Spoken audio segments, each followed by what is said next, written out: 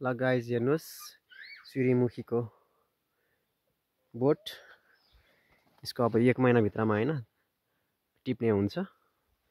तोरी चाहिँ मुनिबाट छ है, तोरी पाक्न लागिसक्यो तर यो सूर्यमुखी अझै पाकेको छैन। अब यो 1-1.5 महिना भित्रमा पाक्छ होला सायद। अनि त्यो पारीको चाहिँ भोजपुर डिस्ट्रिक्ट हो है, भोजपुर बजार, भोजपुर जिल्ला।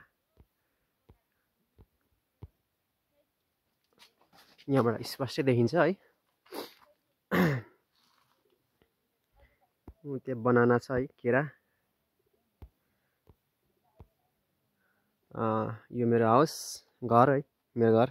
उता पछाडि पनि एउटा घर छ, दुईटा छ। अनि सुन्तला बगैँचा छ है परतिर है। अनि यता पनि सानो सानो बोट हुँदैछ है। यो तल्लो गरामा नि त्यस्तै छ। यही हो तरकारी खेती लगभग उता बाँकी छ है। यता चाहिँ भर्खर यो चाहिँ बुढो भइसकेको सागहरू हो। अनि यहाँ छ प्याज, सोप भन्छ यहाँ, त्यहाँ धनियाँ। यस्तै छ गाइज गाउँको बसाइ।